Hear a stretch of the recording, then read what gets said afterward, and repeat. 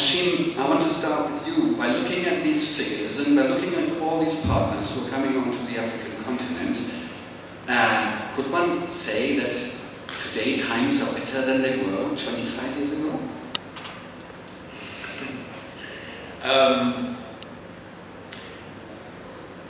At times better than they were 20 years ago.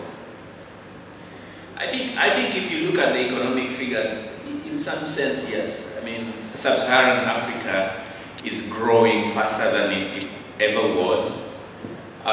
You have big investments. By some of the figures, the latest figures that I have looked at, foreign direct investment in sub-Saharan Africa is around, in East Africa is about 11 billion.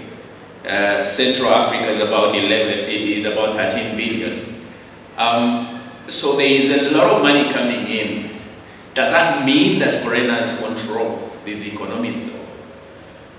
I tried to test this with people, as we were sitting here, and it looks like my thoughts go against the grain because someone says that that's an obvious thing. I don't believe so.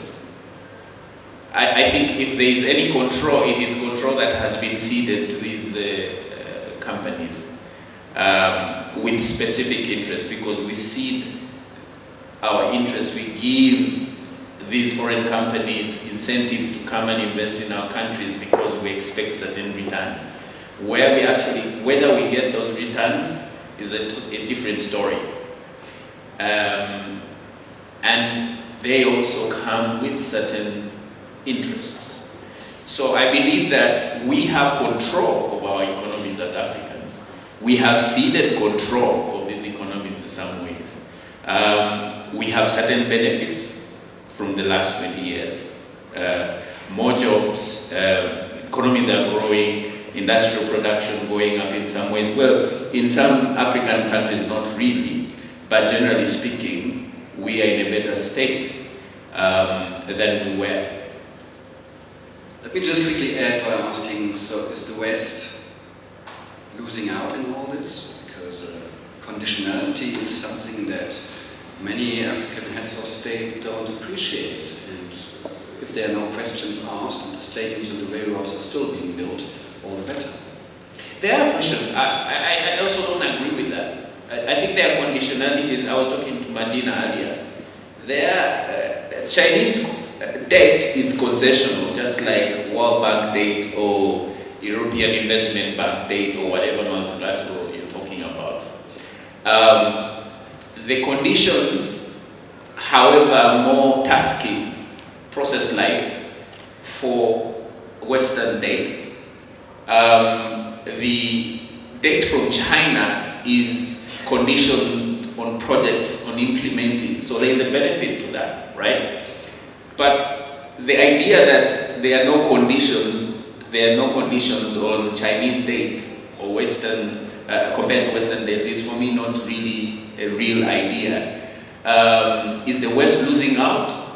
It should be. It should be, because it has, factors have changed in the way we operate. If there is, China has a $3 trillion foreign, it has $3 trillion in foreign exchange reserves, which it has generated over the last 30 or so years, based on their trade surpluses. Where is that money going to go? If South Africa or Uganda or Kenya had those kinds of trade surpluses, they would probably be looking for places to put it. So the West is losing out because economic power is shifting to the East. But it can be to the benefit of Africa.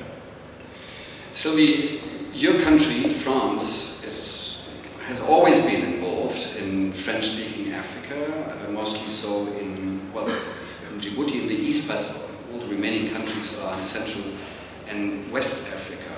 From a French point of view, when these new players are coming onto the field, is that something that is reason for concern in the French Foreign Ministry?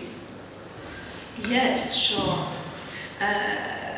Because with UK it was our playing field, and we used to be there and we used to have political influence. But as economist, I will perhaps give an economic perspective, and I think from an economic perspective or from an economic point of view, the title of this panel, which is Old Master, New Players, is probably, I would say, Western focuses.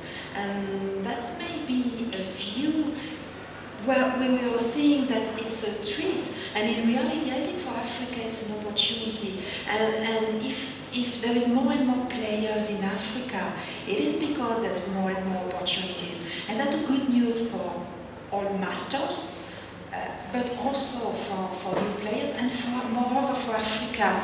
And what are that's opportunity? I think there is two kinds of opportunity, local and government.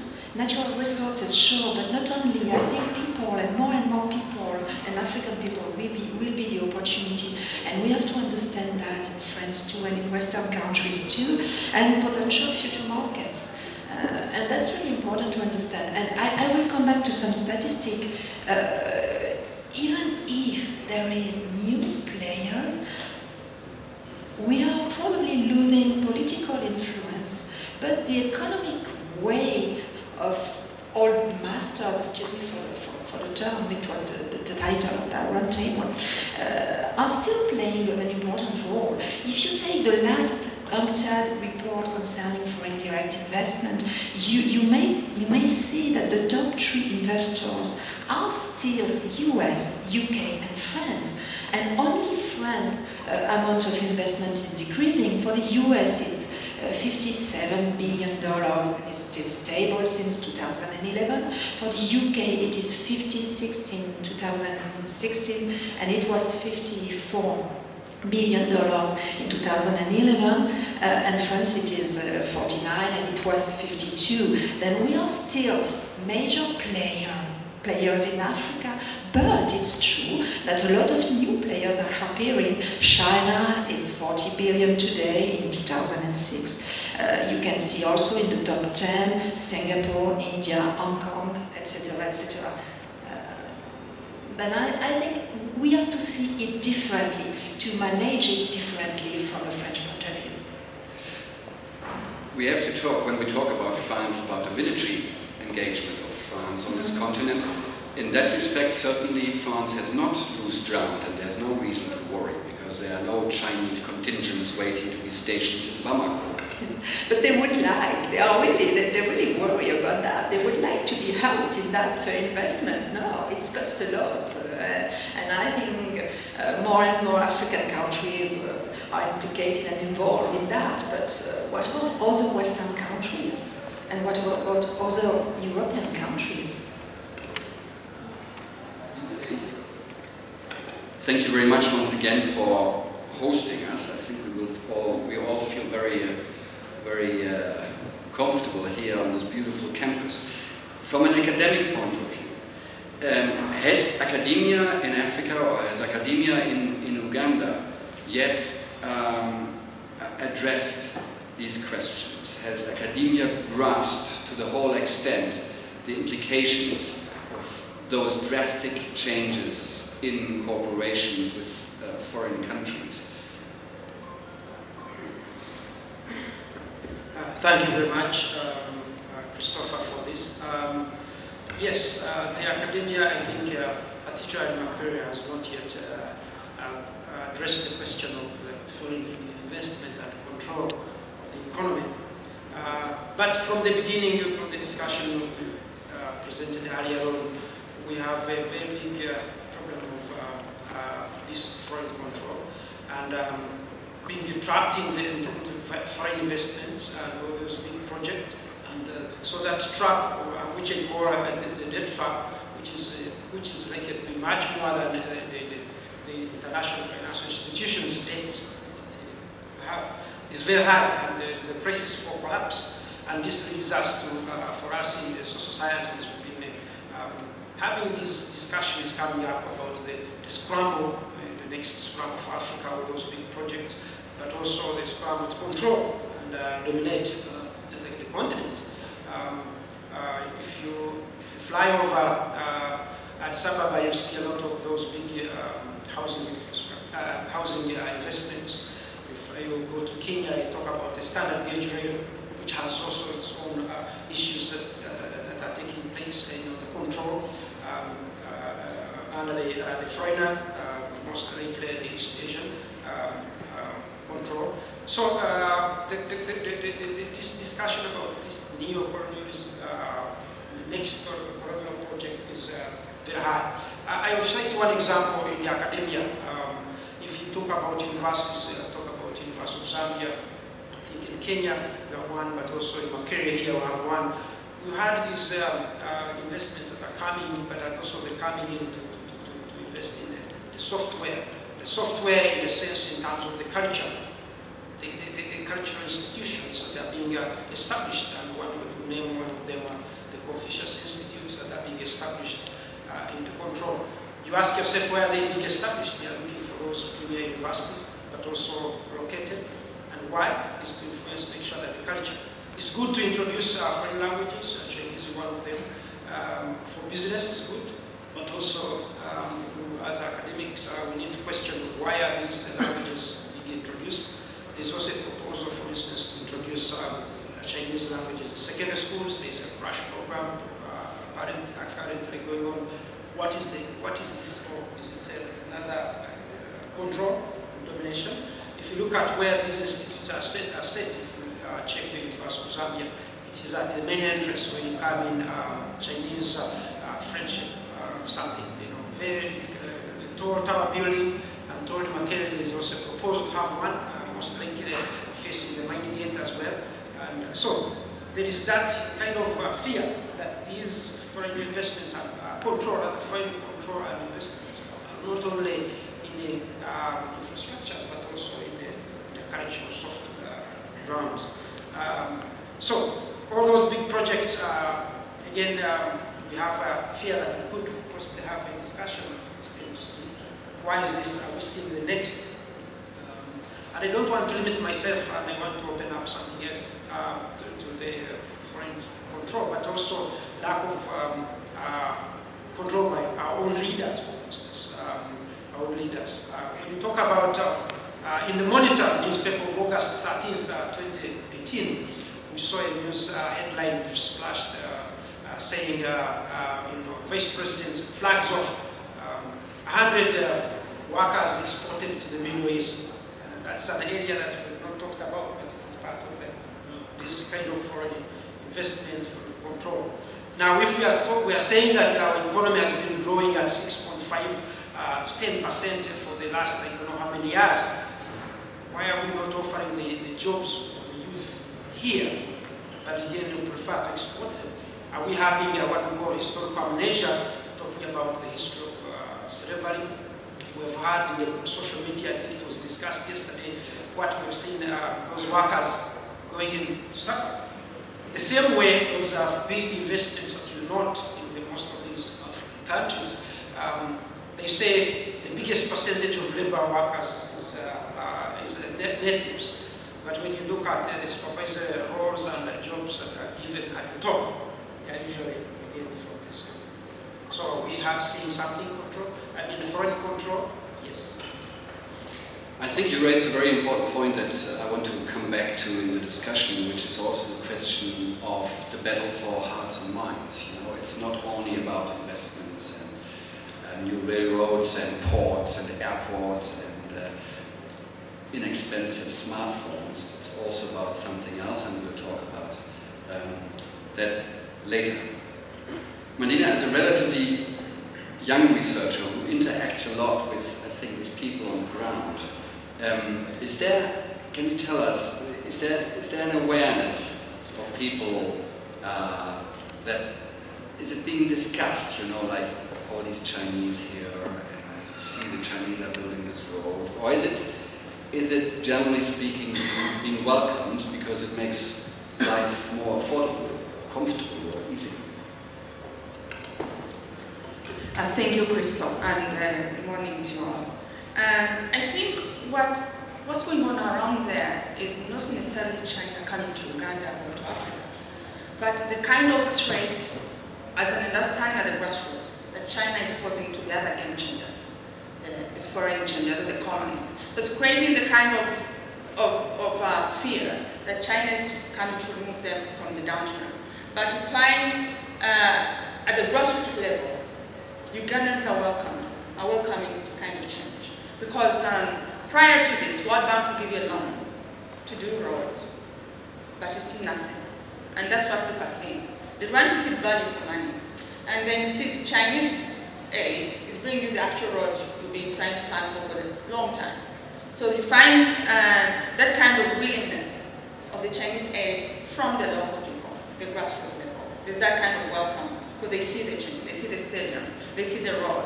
And then with vis-a-vis the kind of foreign aid from the colonies where we see it's channeling through the bureaucratic tendencies, and there's nothing coming out of it. So we see that kind of support coming on. Probably they don't understand it. They like to see, seeing is believing, than seeing it on paper. And I think that's the positivity within which China is being welcomed. One of the criticisms, or no, one of the responses to criticism of Chinese involvement is always by Chinese politicians to say, we have the big advantage that we were never a colonial power on this continent. Is that an issue of debate amongst people? I think so. There's a bit of debate around there that their lack of involvement in the political arena is positive to most of the people out there. They will not be able to get involved. And you find at the political level, which is a political question more, that the political power will be more welcoming the Chinese investments within the economies for the lack of the division between materials ongoing within the democracies or within the political economy itself vis-a-vis Chinese government in the investments. And we look at it more also in a different way, probably. The arguments out there that we see more technological transfer coming on. Whether we are ready for it or not, it's another question. But technological transfer, which is coming because of this engagement, is something which is positive. But again, we cannot put the blame only on China. Because as economies, we need to also be ready for it. But we're not ready. We take this on, and this happened not only in China, but it only happens also in France. It can happen in the US.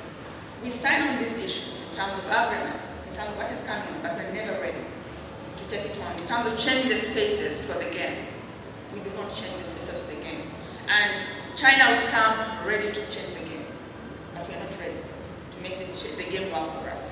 Can you elaborate on that a bit more? You are not ready to change the game, in what sense? Changing the rules? Okay, so in this sense, you look at the issue which is taking place right now, the continental free trade agreements that Africa is trying to put in place. Oh, let's not go so far. The East African community. We signed this for regional integration.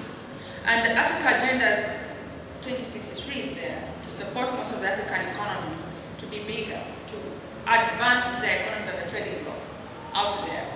But within the ESC, because we've signed so many agreements that tie us everywhere and nowhere, we're not ready. You find a part of the East African regional integration, but even within the ESC as an economy, let me say, the Ghanaian economy, we're not ready to trade. Because the policy frameworks have not been changed to change the game of play with either Kenya, or to change the game of play with Tanzania, or the game of change with Rwanda. So you find us still at the same standing blocked up, but without changing it. So that's the game change I'm talking about. We are still stuck in the same policy frameworks that work for Uganda, but not working for Uganda as a player within the ESC. So if the industries are not there to make the trade balance, a bit more balanced, if we work for the Ugandan economy to be ready to trade, then we are going to be still blocked up with a blindfold. So the game has to be really open. As an economy, we have to be ready for what we're signing for. So are you saying that basically there has to be a change of mind on this end? Exactly. And that's, you've just touched on it. I don't need to actually elucidate more on it. It's the mindset. At home, we need to make sure we are ready for what we are going on. Because everyone's going to be ready to trade within our economies. We should stop playing games of blame. I should not blame US. I should not blame France. When I'm not try to make my game change back home, suit the gameplay. Thank you. I think your opinion is something that resonates very well with my colleague Thomas, who observes a particular situation in the Sahel, which is an area which might not be up for big economic challenges, but for a lot of military engagement. You have Russians there, Americans, the French, of course, you have the Germans there, and many others. And is there an awareness in the countries that you are dealing with that something seems to be changing in Africa's interaction with the rest of the world? Thank you, Christoph. Yes and no, to answer your question. You have a lot of people talking about that things need to be done differently, as you just said. You have a lot of people, let it be in the government, let it be in academia, let it be in the media, who are very well aware of the changes in politics and especially in, let's say, the overall structure of the economies which have to be done. But in most of the countries I know very well, not only in the Sahel region but also elsewhere, this is not transferred into reality. So you have a lot of talk about what needs to be done. The analysis is often very, very good and performant, but it's not put into practice. And let me give you a very simple example. I used to work for a huge multinational company, and at the time I was working with that company. This company just developed a new Africa strategy. And why did they do that? Of course, because we have seen this partly in the video, because Africa is already and will become more and more a very huge market, which is still underdeveloped. So you have a lot of markets like Europe or North America, which are what we call saturated. Yeah? You only have we only have rather small increases, for example, in sales for a company. You can't grow there anymore, or only very differently with new products.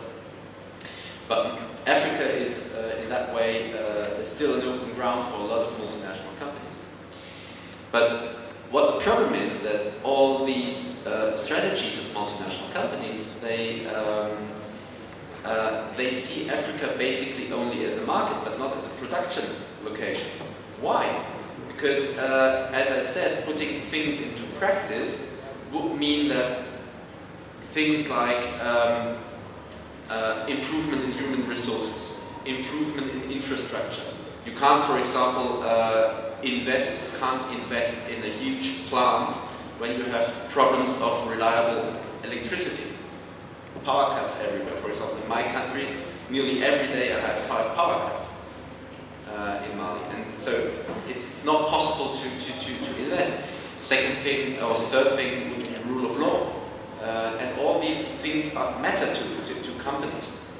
And so to answer your question, there is a huge awareness, but there are a lot of steps, basic steps, in fact, which need still to be done.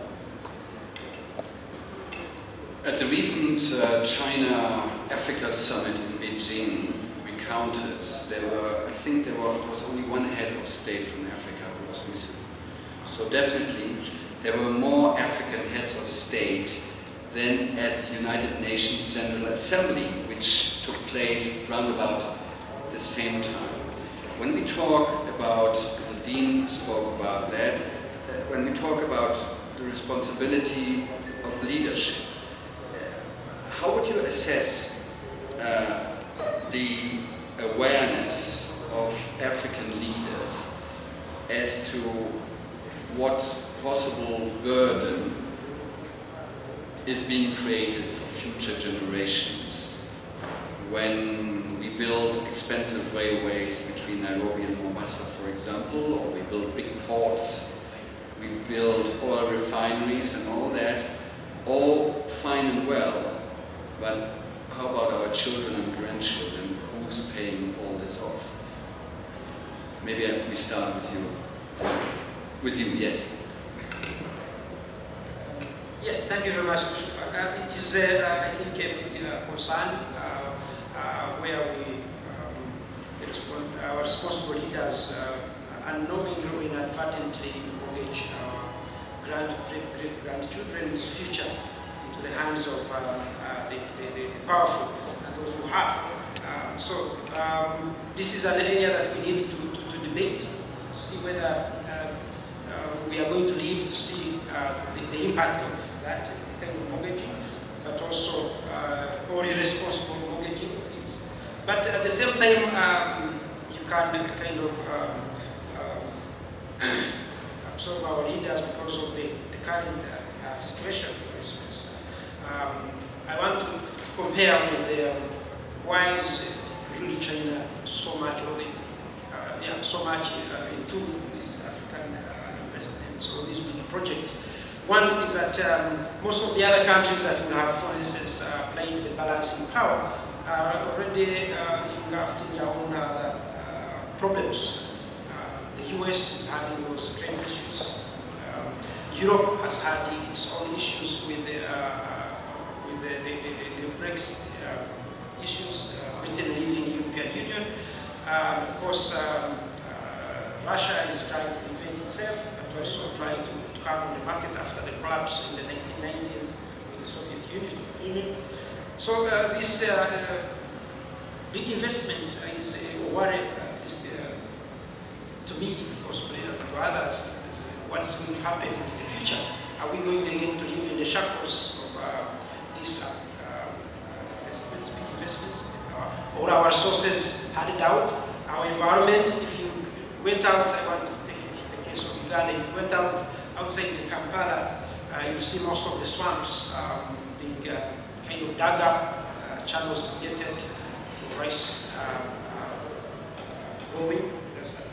And not Ugandan investors. They could have a Ugandan face or name, but may not be Ugandan investors. So what will happen if you talk about Madagascar, the investments and cutting down of the natural forests up to the ocean that have lived for years and years is a worry, and it's done by one of the big investors in Africa today. So what's happening? I hope that our leaders come up to realize that there is a big problem for the future. Just to think about. Machine, from an economist's point of view, would you like to add on that?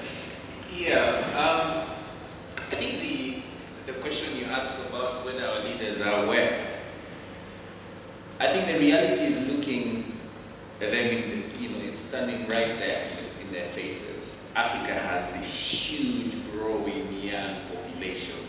If you look at the politics of any country in the region, it is something that they're struggling to deal with. They know they need to create jobs. So that as a basis to act for politicians is something that is very real, right? And politicians think short term, however. The challenge is that they need to show that they're doing something now, right? They're not probably going to think 20 years what's going to happen to this generation. So I think that balance and the reality is one that you have to put in context. But I think I just wanted to emphasize something that Madina was saying and someone else echoed. The issue is that we are consistently not ready. I tend to stay away from any conversations that takes away agency from an institution, a country, a people, that, the African economy is in the hands of foreigners.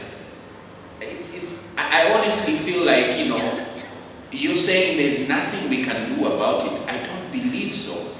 We are able to do something about it in many cases, given different circumstances. We don't. 10 years ago, we were having a conversation about market opportunities for African garments. There is a huge debate around industrialization and structural transformation of Africa, and the textile sector being a big component of it. I played a part in the region, here in Uganda and in Rwanda and in some of the regional countries, trying to put together strategies for these countries to actually export to these markets. The idea at the time was that we could use opportunities at the end of the value chain, which is just the apparel, because we had not built capacity. Like 15 years ago, we had not built capacity to actually make the cloth, right? And opportunities in these markets to export. Uganda was exporting a lot of apparel products to the US market, and the EU anything but arms initiatives. The opportunities were there and structured in the legislation so that we can source out fabric from elsewhere, make garments and export them. The idea was eventually you build a vertically integrated industry, right? Because we produce cotton here. Tanzania does the same thing. Kenya produces some cotton. Surely at some point, we would build a regionally integrated textile industry. The conversations that are going on today around the textile sector are the same conversations that were happening 10, 15 years ago. And why is that? Because we are not ready, because we have not shifted, we have not actually, on the books, the policies actually say local content. Another area I'm working in this country is local content for local businesses in all these Chinese projects and other projects. 30% of projects, 30% of the procurement that goes into roads projects, big infrastructure projects, is supposed to be by Ugandans. The agencies that work in those areas tell you there is no capacity for Ugandan firms to actually live to those expectations. So would you blame that on political ignorance? No, it's not ignorance. It's exigency. It is that we have these policies in place, we have strategies in place, we don't see them through. And that really is not a function of China, because China then, if you're not building your own capacity, they will export the fabric here. You will use the same fabric, and your local industry will not actually have the capacity to build, because they don't have the investments, they don't have the economies of scale. But we have supported, and here's the thing, in the industries, textile industry, the political economy implications come into play. When we supported some of the industries in the textile sector, they were captured by elites, and then nothing happened. I still believe that there's something we can do about these things, but we need to, in some way, get our act together. And we are in some cases. Hashim, it's very kind of you that you say we, but I want to become a bit more specific. Is it the Minister of Trade and Commerce? Is it the investment trust that Uganda probably has?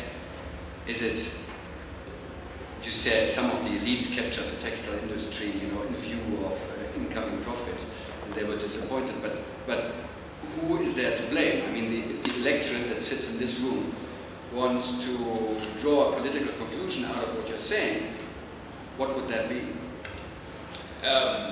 One word, leadership.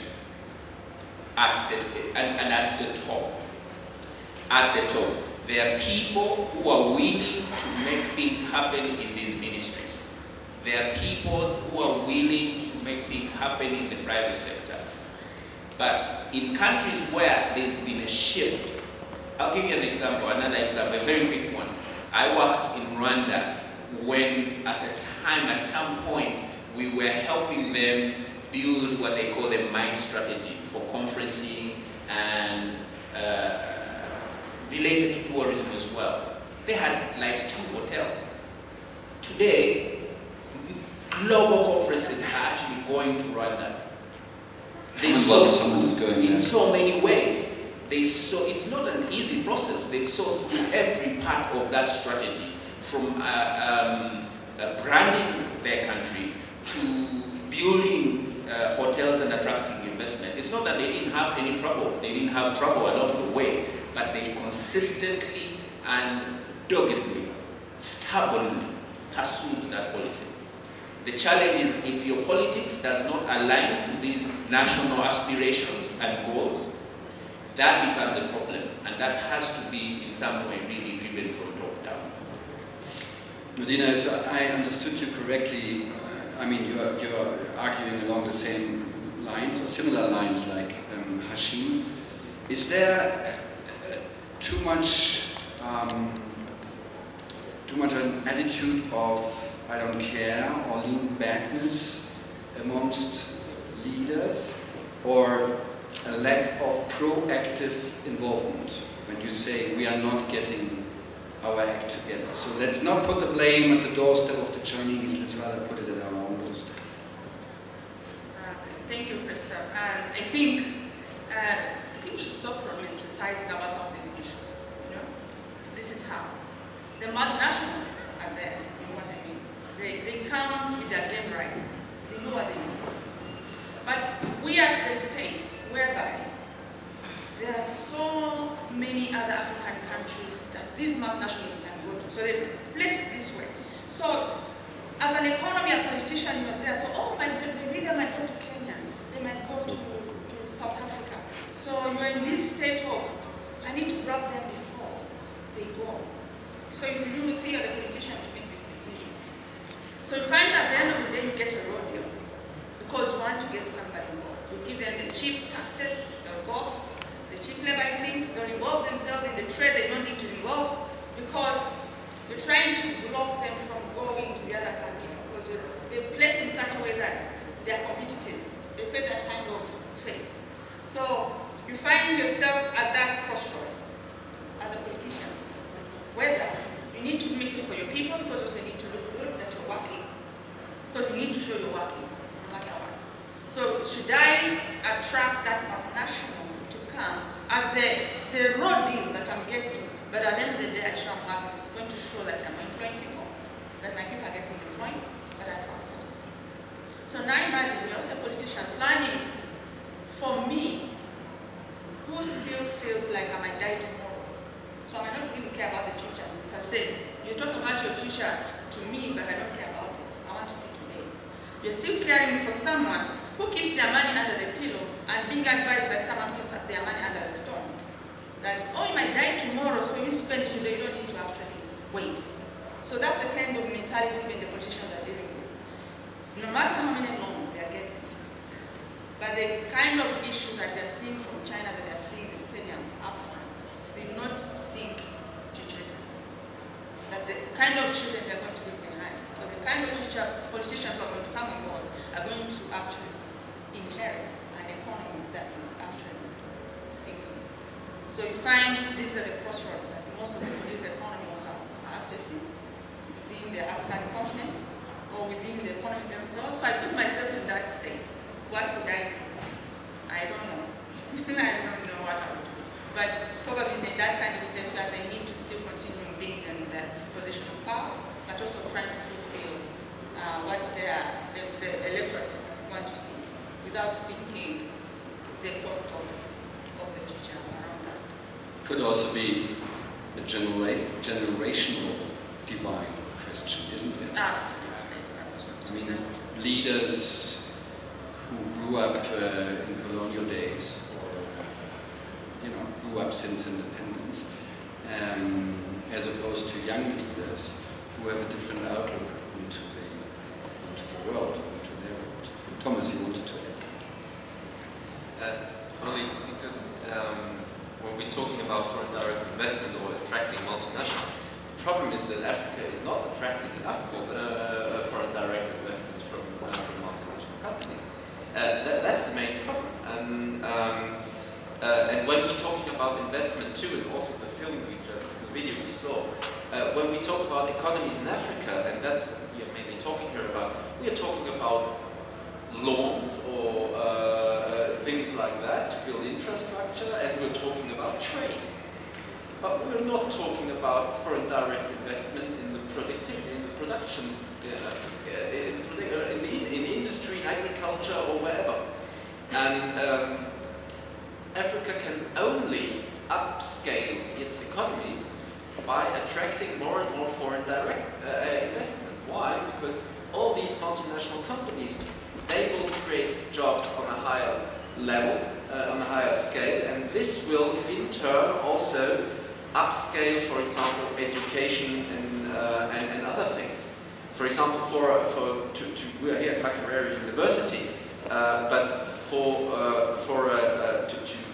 a multinational company, if you think about investing, let's say in Uganda, in Ivory Coast or somewhere, when you're looking at the workforce you need perhaps 5 to 10 PhD graduates or something like that.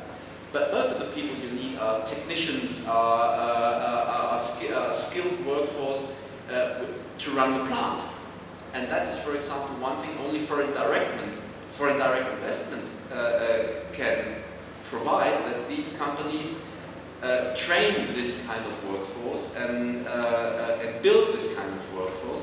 If you look to Latin America, that's what happened over decades over there. You have, since decades, very huge multinational companies investing there, and therefore you have in Mexico, in Brazil, in Argentina, you have these kind of skilled workforce in the industry. So you can, even if there is a problem in Latin America, you often have problems, for example, related to politics, but the basics are there. So a company can come back, for example, even if it disinvests, it can come back very quickly because you have the workforce, you have the infrastructure, and the countries are connected to other markets. And only one point to add, because that was because we are talking often here about now Western presence of Western companies, Chinese, Russia. For me, it's somebody. I guess you said, Hashim, that the presence of the Chinese or others is an opportunity. You have to see this as an opportunity for Africa, and that's exactly the way I do believe that Africa should think. For Africa. It's not important if it's a Chinese company, a French company, or a German company which invests, but that there is investment in exactly these kind of sectors Africa needs to develop. Sylvia, I wanted to ask you, if we listen to this analysis of our Ugandan panelists, this very self-critical assessment, in think tanks like yours, where one thinks about future strategies, also in dealing with the African continent, I know that there are debates to what extent the West could possibly cooperate with a partner like the Chinese. Very simply said, the Chinese are building the roads and we send the university professors, although that might change eventually. But given this self-critical assessment by our Ugandan colleagues, do you think there would be a possible future for such collaborations, cooperations between France, Germany, the UK, and China and other players on the continent?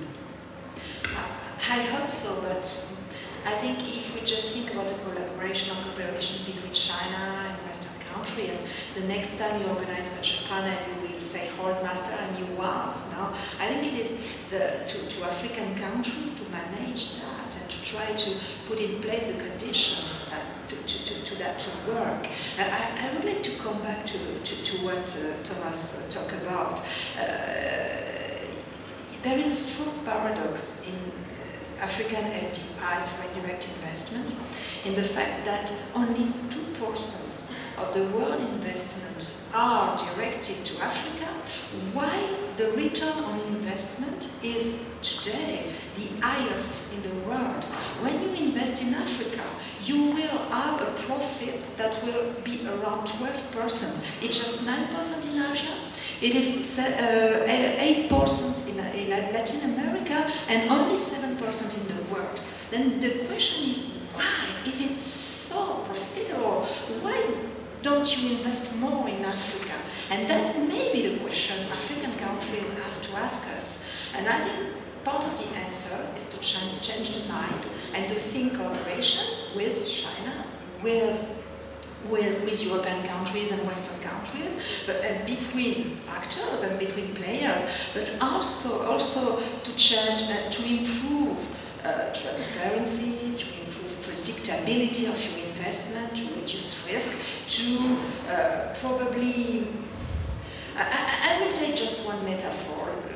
In economy, the first lesson of economy, you will explain to the student how in the market the supply and the demand will confront to fix the price. I think today, if there is more and more players and foreign players in Africa, it is because there is more and more opportunities and possibility to win money. We have to speak about money. And then the demand to invest in Africa may be higher and higher in the next years if mind change, if policies change. But African people, I have to take the power, I have to take the right to put in place conditions that this investment will promote development. It is beginning yet. In 1917, in 1917, 12% of greenfield investment were done in the primary sectors. 25% in industry and 63% in services. That it is diversifying and changing. But I think it is time that African countries take the power to decide what they want and how they want other people, other players invest in Africa. And as we said yet, the African markets are probably the markets that will grow the fastest in the next years, in the future. That's an important element in a deal and in a negotiation, isn't it? Absolutely, but what do French investors tell you when you would tell them that? Would they be concerned coming to Africa? Because I mean, I see it in many incidents in Europe, but also in South Africa, for example, that possible investors are just a bit worried to come to Africa because there's they don't really have security. They have questions about the rule of law and so on and so forth. And the Chinese have a very pragmatic attitude because they have gone through this rapid development themselves in the last 25 years. So they can adapt to whatever situation it seems. Because they have much more money now today and much more interest. They have to win territory in markets. That's not exactly the same situation, but I think everybody has interest to improve the condition and the situation, to improve, to reduce the risk, to improve policies, etc., etc. Even Chinese companies. I want to, before we open the floor for questions from the audience, I still wanted to really come to the question of winning hearts and minds and soft power. Soft power on this continent, especially in the media industry, where I work with the media program of the Konrad Adenauer Foundation, we come across a lot of situations where lots of students from the continent are being invited to China, for example, to do a seminar or a PhD on positive journalism, which is a Chinese version of journalism, which is very popular with many African rulers because they will always read nice things about themselves. And we have a lot of cooperation between China and political parties. The Jubilee Alliance in Kenya, for example, they did party management schools with the Communist Party in China. Even the ANC in South Africa, that was traditionally ideologically close to the Eastern Bloc, they do party management schools in China. Media houses are being bought up. Does all that, in your opinion, and maybe we start with you, Andrew, in response. Does that have an effect on the intellectual life in our countries, on the continent?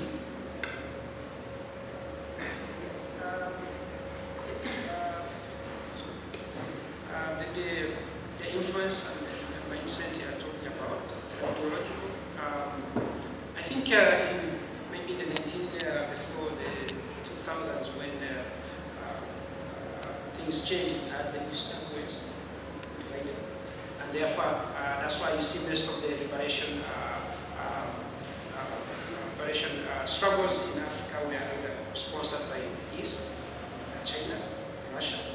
The issue about the mindset, I want to echo again my colleagues' focus is that the politics must also be addressed. The politics currently is that I don't know whether we mind about what is going to happen, but it appears that whenever we go to China to look for some of these big projects, as an African continent, we go there as individuals. There are stories and media stories that came out in September where the Chinese president will meet each of these individual African leaders in a group, and nobody knew what one was negotiating for and what he got from the Chinese president.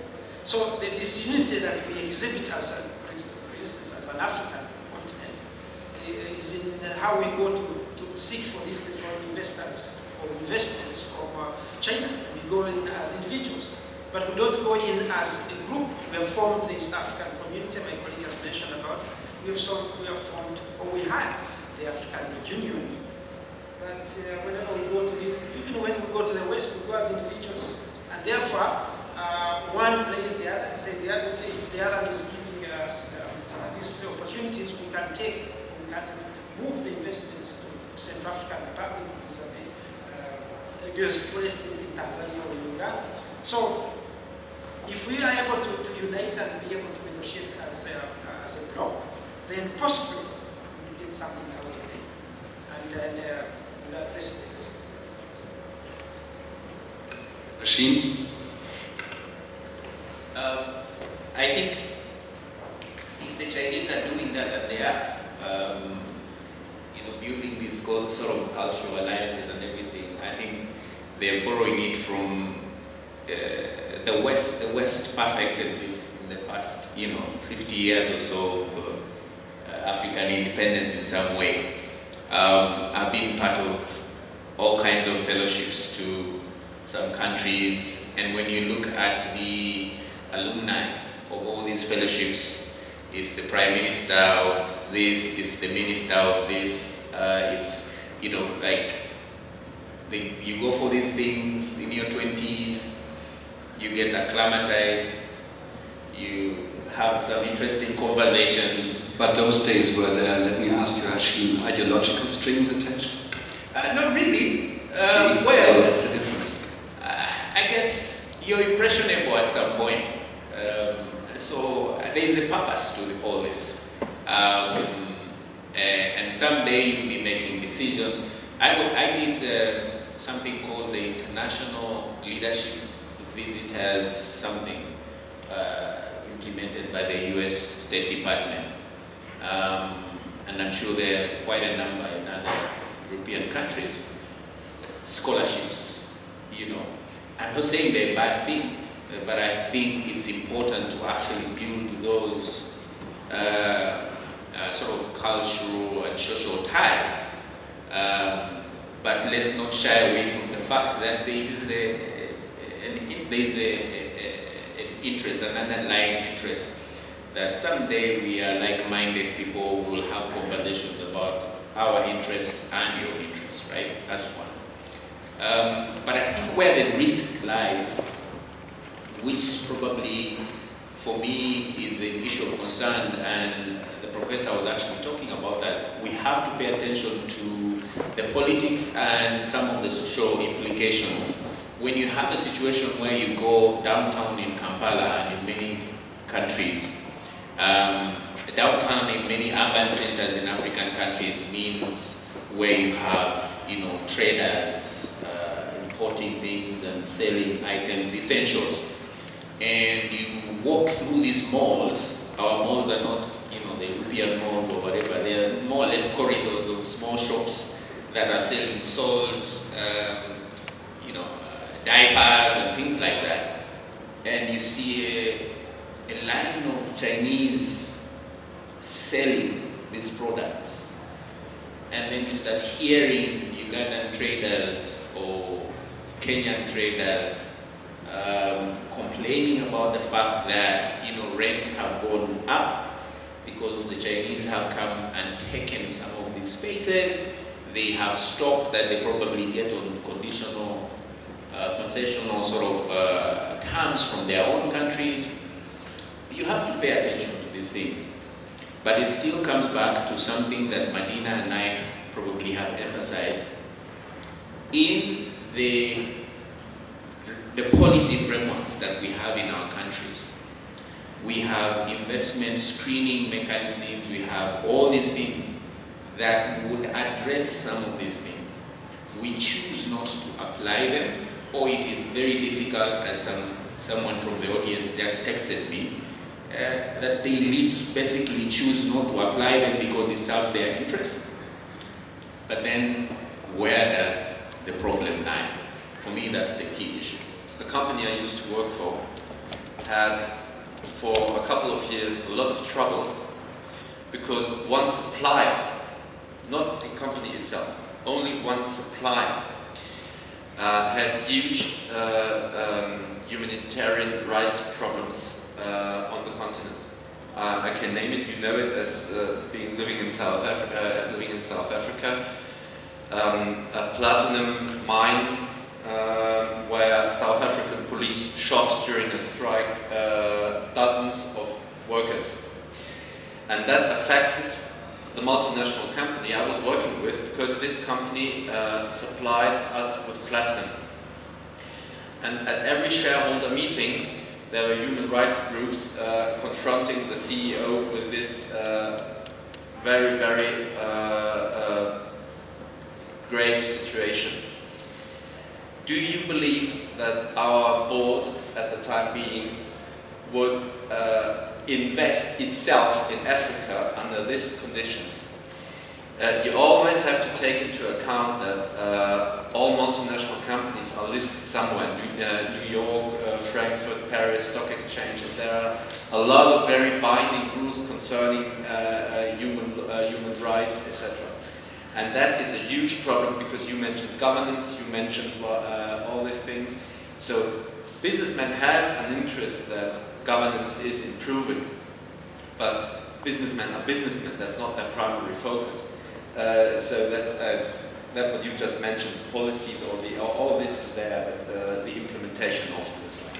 Thank you. So the question, why there are so many summits, I would like to pass it over to you. It's because there is a feeling sometimes in Africa that these are being summits that are being organized by the Chinese, the Americans, the European Union. Maybe Cyril Ramaphosa still does a summit, but that's about all that there is in an African initiative. Is that a correct impression? Yeah, I think there is summits all over the world, and between a lot of players. There is summit in Asia. That's a way to do soft power. That's a way to talk between us. I think about the G7 summit, G20, etc., etc. That's a usual meeting in foreign affairs and even in economic cooperation. Probably the fact that today African countries are more and more associated to more and more summits is a good news and a good idea. That's not the solution, but that's the first step to improve cooperation between countries. I would like to come back to the idea of cooperation. We talk about cooperation in Uganda between players to organize policies, to attract investment and trade. We talk about cooperation between Western countries or China and African countries. I think you have also to think about cooperation between African countries, and there is a lot of cooperation, and there is, I think, it's a progress, and it may be the future. Just think about the European community at the end of the Second World War. We were really weak and poor countries after two huge wars that affect directly Europe. And the cooperation helped us to begin stronger and finally to improve quickly a new development, a new way to develop, to give, to help people to live better. That may be, I won't say a good example, but that may be also a way in Africa to think policies, to be stronger in front of foreign players in reality. Thank you. Then there was the question from our Sudanese visitor concerning the fear that the local component in these corporations is being left out. Who would like to reply to that? Andrew. Yeah, thank you very much. Yeah, that's a very valid question. We've all heard about the oil, and 10 years or 12 years down the road, not seeing the benefit. But the answer lies in the policies, the strategies that we have. We have the best strategies and policies that are on paper, but when it comes to implementation, it is a problem. Look at the local skills you are talking about. In the 90s, when there were these changes taking place in higher education, every institution that was producing those very skilled, rather skills that we are looking for, was turned into a university. And in university, we know that it is different from a technical that gives these skills. So what happens? We have all these universities, everybody wants to get a degree, but we don't have the skills that can enable us to participate. Second, I mean, we turned all these technical schools into universities, and that was a problem. Second, we look at government policies. The government policies that are aimed at increasing our purchasing power, I think we need to be examining. Because we might have all these investors coming in and bringing in all these resources, but we able to absorb the products as well. Because it's not only good to have a transit. We invest here, we produce, and then we go and sell somewhere else. The costs could be a bit high. I don't think we have all that, the purchasing power. So the purchasing power has not so much yet improved at the local level. So we have that kind of disconnect. And finally, I want to talk about the 12% investment my colleague talked about, returns. I think we need to unpack that content. What is there? Why is it that we are Africa? We don't have much investors, but we also come reap the profits. We need to look at, are they exploitative? Are they paying in the wages? Are we bringing in, are we rather employing in the locals so that then some of the money remains behind? We need to unpack that and see whether the local persons are also participating. There's something to be said about the energy of and ideas unleash the potential of the group that was here earlier. The earlier session, the arts and creative sessions, unleash the potential of young people. You probably see a shift in that. So that's really my answer to that, to be honest. Because we can bang on about policies not being implemented. If we are not active, we're probably not going to get anywhere. The other question, I think, was about a discussion on foreign control in Uganda. Is it something that is openly discussed? My personal experience working in government at the policy level, sometimes really working with people at the highest level, or in the private sector, or even working with partners, quote-unquote donors. These conversations actually happen, I think, but the incentives are so misaligned. If you're a Ministry of Trade today, and you want to talk about industrial policy, but you don't have a budget to implement your industrial policy. I know someone asked about industrial policies on paper. I know that actually he was involved many years ago in helping us put together industrial policy in the Ministry of Trade. And I was at the President's office at the time, and we worked quite closely together. Implementing these policies takes resources. So if you don't have resources to implement your policies, then you're not actually going to do that. If you have to have a conversation with DFID to give you money to set up industrial parks, you're not going to be very critical UK aid. So I guess the realities also tamper what kind of conversations that we have. Thank you very much, Hashim. I take that as a very nice conclusion.